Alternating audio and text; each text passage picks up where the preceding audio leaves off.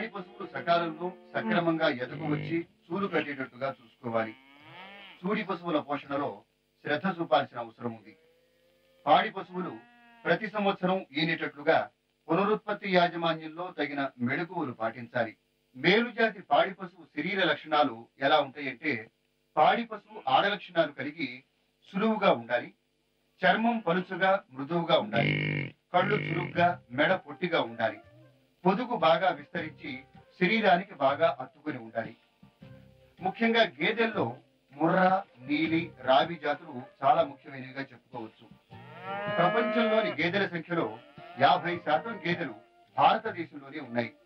భారతదేశంలో గేదెల సంఖ్య పశువుల సంఖ్యలో 3వ భాగమే అయినా గేదె పాల ఉత్పత్తి మొత్తం పాల ఉత్పత్తిలో 60% వరకు ఉంటుంది. ఇక ఈ పాడి పశువుల ఎంపిక విషయానికి వస్తే, దురలవాట్లు లేని ఆరోగ్యమైన పశువుల్ని, మచ్చికగా ఉండి మన వాతావరణానికి అలవాటు పడే పశువుల్ని పోషించుకోవాలి. పాడి పశువులు మొదటి 5 ఈతల్లోనే గరిష్ట స్థాయిలో పాల దిగుబడిని ఇస్తాయి.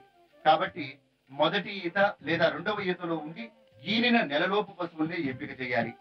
పశువుల సంతతి వివరాలు ప్రభుత్వ ఫారాల్లో లేదా పెద్ద పెద్ద ఫారాల్లోనే దొరుకుతాయి. కాబట్టి సాధారణంగా సంతలో కొనుగోలు చేసేటప్పుడు పశువు శరీర లక్షణాలు, దాని యొక్క పాల ఉత్పత్తి సామర్థ్యాలను బట్టి కొనుగోలు చేయాల్సి ఉంటుంది.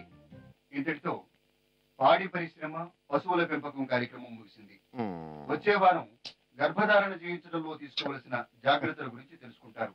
అంతవరకు సెలవు.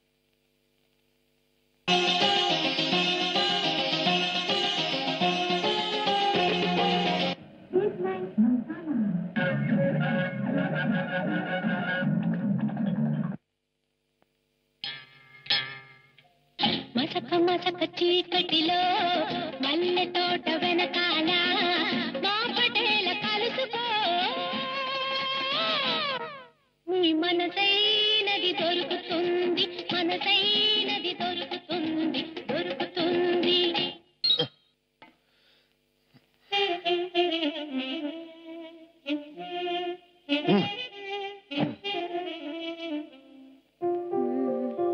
ఈ వీడియో మీకు నచ్చినట్లయితే లైక్ చేయండి, షేర్ చేయండి.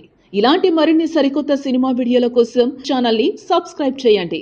అలాగే ఇక్కడ ఉండే ఈ గంట సింబల్ని క్లిక్ చేయండి. మేము అప్డేట్ చేసే ప్రతి వీడియో నోటిఫికేషన్స్ మీకు వచ్చేస్తాయి.